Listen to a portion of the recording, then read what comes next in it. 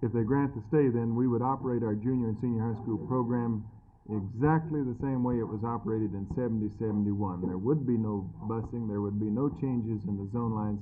Every junior and senior high school student, some 70,000, would attend the same school in the 71, 72 school year that they attended in 70, 71. Now you're asking only for a delay, for a brief delay until you can accumulate enough transportation, is this correct? That's right. Now if Judge Taylor denies that stay, what will happen then? Well, we'll have to cross that bridge when we come to it.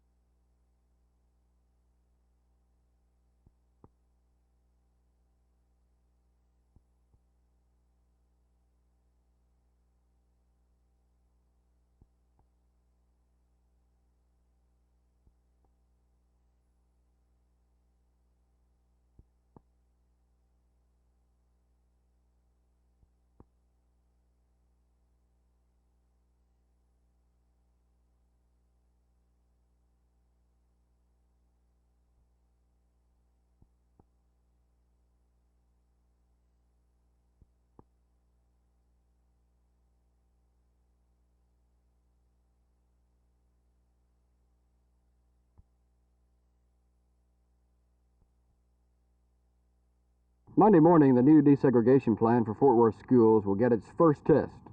This school, West Hanley Elementary, and others involved in the cluster plan, will not have a second grade. Second graders here will now go to Rosedale Park Elementary, approximately half-mile away to the south. At 7:30 Monday morning, the school buses will begin to roll. 13 new buses will be used as free transportation for the children involved in the cluster school plan. The Citizens for Neighborhood Schools, who oppose the plan, had called for a citywide boycott of schools Monday.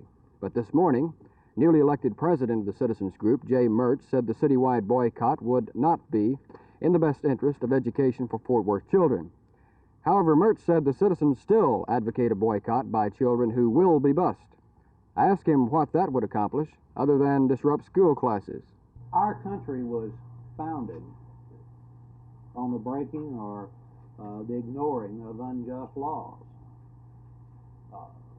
Definitely, this is an unjust law. The majority of the people feel this. This means somewhere down the line an individual must have some form of recourse. At this particular point, our government, our Supreme Court, our school administration has given us no recourse. There is no legal action that the people of Fort Worth can take. Hundreds of mothers in the affected areas have asked us to take physical action to literally stop the buses by standing in front of them, to let air out of their tires and other actions. We are telling you all these things so that you will understand that we have been a moderating influence in some of the more radical groups in this community. If administrative personnel continue to castigate us as radicals and racists, to discredit our organization, radical groups will take over as leaders in the fight against busing. Then advocates of physical intervention will give administrators and all citizens of Fort Worth something to really worry about. The Citizens for Neighborhood Schools contend that the mental strain, possible physical harm, and other disadvantages of busing outweigh the educational advantages of the cluster plan. So the buses purchased just last month by the school district may see little wear and tear. The main question, though, is if a boycott of any major proportion is prolonged, will the effect be detrimental to public elementary education in Fort Worth? Jim Green, Channel 8 News on the Move, Fort Worth.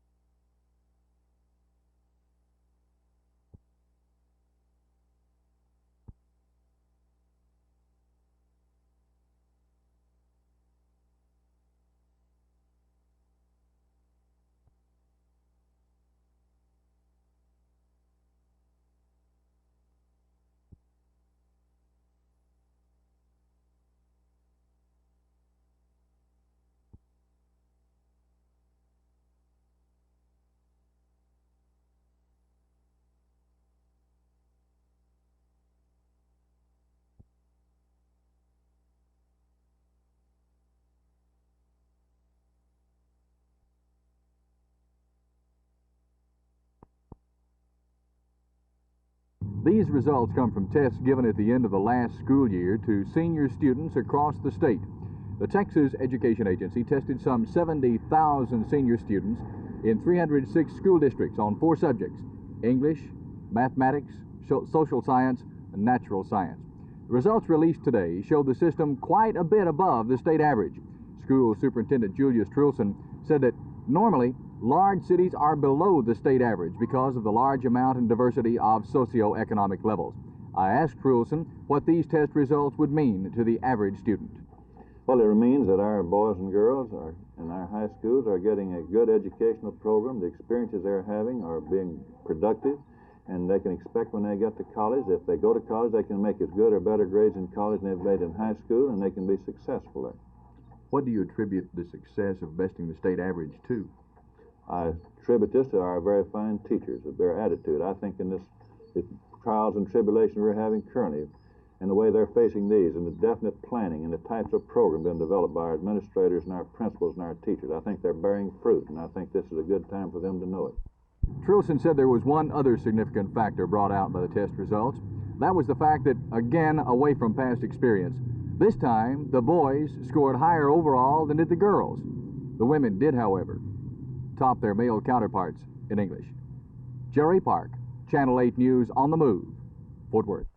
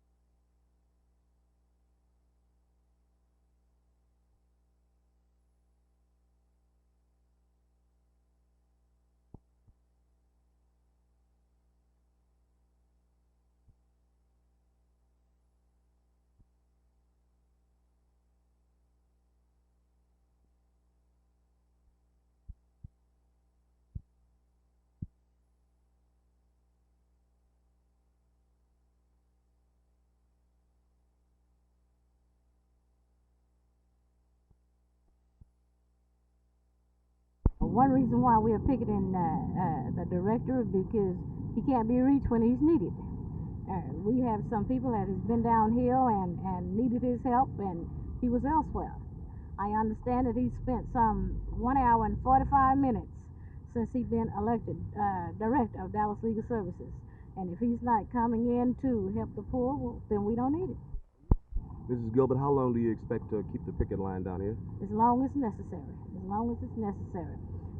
You can quote me if you want to, but I'll tell you this one thing: we're going to sleep on the street Sunday night, and we'll be here when James Hammonds get here Monday morning. When you say as long as necessary, do you mean until Mr. Hammond comes in and stays in his office, or do you mean until a new director is placed here at Dallas Legal Services? I mean both. I mean until Mr. Hammonds comes in his office and roll up his sleeves and go to work. And the main thing we're concerned about is getting someone in who will represent the people. Mrs. Gilbert, I noticed you have a couple of observers from the ACLU. Are you expecting some problems during this protest? No, we're not expecting any problems, but I always like to be on the safe side. If any problems arise, we'll have somebody here to answer to them or give an account of them.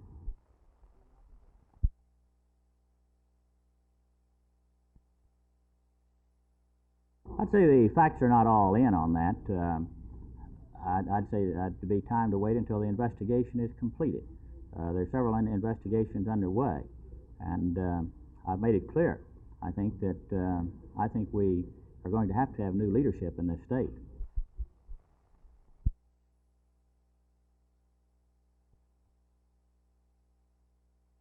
Well, we're looking for some very strong opposition, that's for sure.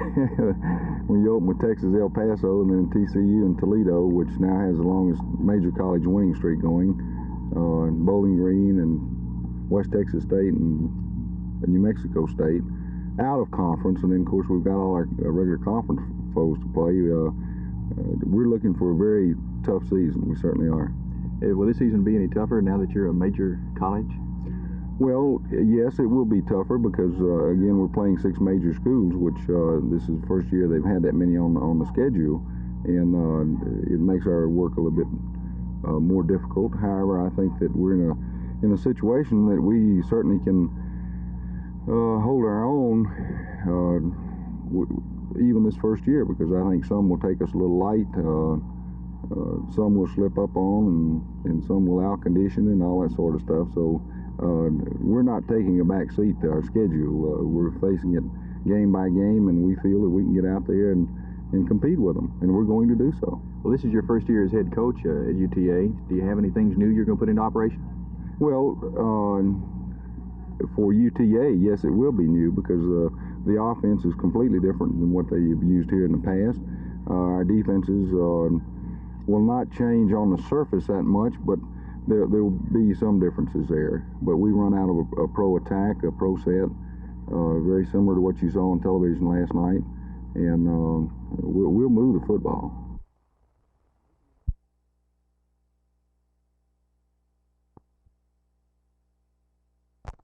On August 9th, the Fort Worth City Council was presented with a request in their pre-council meeting to allow the controversial musical to be staged here in the Will Rogers Auditorium in December and January. The council turned the request down. Southeastern Promotions Incorporated has asked federal judge Leo Brewster to force the council to lift that ban and to refrain from interfering with the performance. When the council was presented with the request to stage Hair, the most vocal opponent was Councilman John J. O'Neill. I felt that the play Hair that I saw in San Francisco was full of smut, 4-letter words that I wouldn't want to repeat. And as much as anything, the more or less degrading of our system, our church, our patriotic views of our country. And I merely made the statement that I was opposed to it, and the council apparently agreed with me. Obviously, we're not a censorship board and shouldn't be, and what legal implications this may bring about, I don't know. That's up to the legal staff of the city. Will Rogers manager B. Don Magnus had asked the council if they would allow the booking of the show if the company cut out the one nude scene in the play. The answer was still no. Southeastern Promotions claims that the city has no right to forbid the presentation of Hair, since it is, they claim, not obscene under current court definitions and has definite redeeming value. Regardless of the outcome of the case, it's possible that the judge will grant a restraining order to forbid the city to use the auditorium for any other purpose during the 4 weeks in question this winter. A lengthy court battle, even if settled in favor of the city, could prevent the booking of anything else into the auditorium, thus causing Fort Worth to possibly lose badly needed revenue.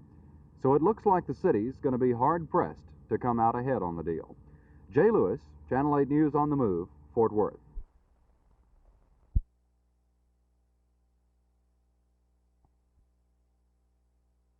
General, you're saying that the Senate can put you, the small businessman, the ambulance operator, out of business. Why do you feel this way? Well, the Senate can put us out of business. This particular bill here, Senate Bill 1861, is principally a minimum wage bill. It would raise the minimum wage for $2.25. Most of the ambulance operators in the country are paying more than that, but it's a question of the hours. Anyone in excess of 8 hours would be immediately charged for time and a half in computing all of his time. 40 hours would not be the line, 8 hours would be the line. It eliminates practically all of the exemptions that have been built up over the some 20-odd years that we have had a Fair Labor Standards Practice Act. We do not feel that a citywide boycott of all of the children in the public school system will help our cause, nor will it help their education. We feel that they will have enough problems that first day with simply trying to overcome the hardships, the burdens that the school administration has put upon them through their. The heart of the matter is of human dignity and respect accorded to black children and their parents. The matter of brainwashing all children, which is being passed off as quality education, and denying minority children of their motivation and will to learn and survive, damaging their attitudes and personalities without the due process of law. After 16 years since the desegregation case, which sets the law of integration, because of the inherent denial of the due process of law and because of the lack of equal protection of the laws in the concept of segregation, no plan to date has called upon all concerned to follow the spirit of the law as well as what it says. Black children have been open to fears, coercions, intimidation coming from hidden prejudices of the staff members which warp their minds and spirits.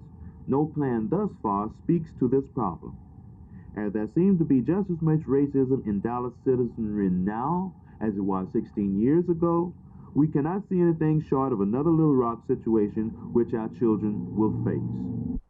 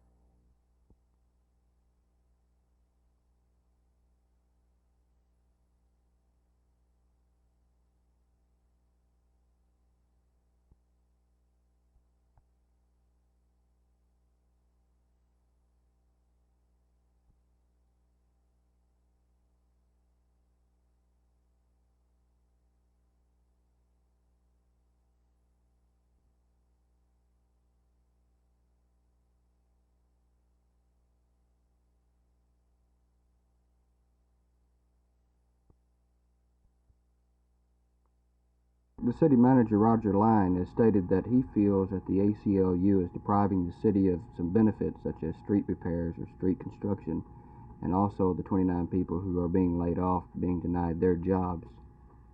What is the ACLU position on this? We deeply regret the loss of these jobs. However, our sole purpose is to preserve to all citizens their right to vote and have their vote weighed equally. We attempted to resolve the question by declaratory judgment, which would not have affected the bond election, but the city opposed this procedure. All we are asking is that all persons be entitled to vote and have in the bond elections and have their vote weighed equally, afforded equal dignity and effect. We're sorry that the Attorney General of Texas and the City of Fort Worth did not conduct the bond elections in a manner to afford these rights.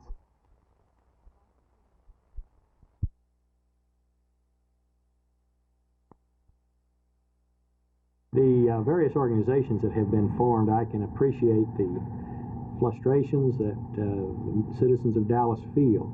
I, as a parent, have those same frustrations. I can assure the people of Dallas that the board members are very cognizant of the problems that are facing the parents of Dallas, and we as parents have these same feelings, and we are working to do everything we can to provide quality education for the students of Dallas. We feel that we have an obligation to carry out the law that, as it is handed down by the courts, but this does not prevent us from, for instance, calling for this National Convention of Educators to look into alternatives to the area of forced busing. And so we are trying to proceed in every direction. I asked the board for approval of a resolution to the Texas School Board the other day calling for a constitutional amendment to provide for the neighborhood schools. So we're very aware of their feelings. We're trying as a board to represent them.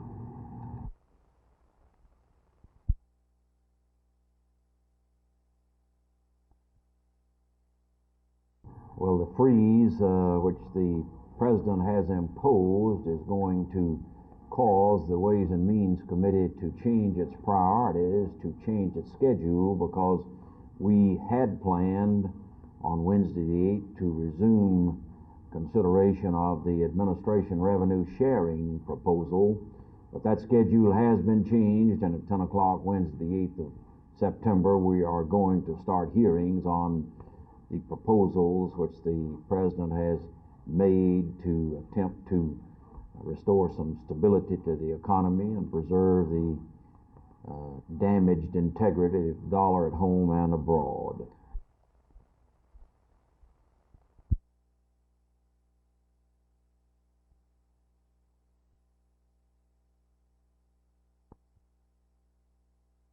what we're attempting to do at this time is to get an accountability of all the prisoners of war.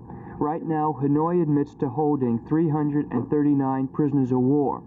Recently, Madam Bin of the National Liberation Front made a proposal that if we were to set a date for withdrawal of our troops, they, the Allied forces of the Viet Cong, would release all the prisoners of war.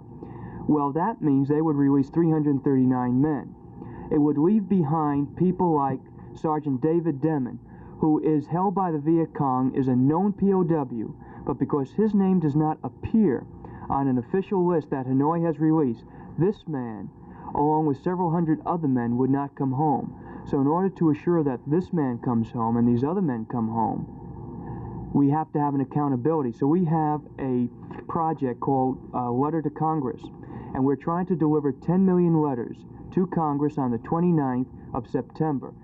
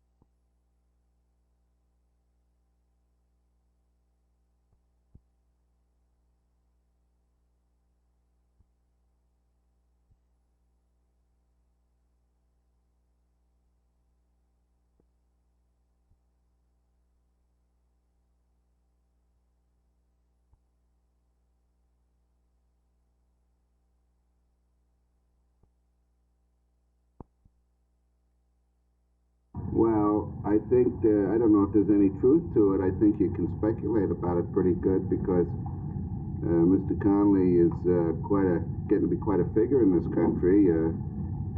he's much more clued in on things than Spiro Agnew.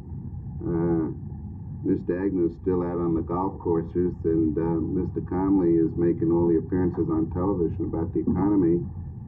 So I think Spiro would probably go back to Palm Springs. Maybe become the golf pro there. But I don't think he'd be too unhappy about leaving that job.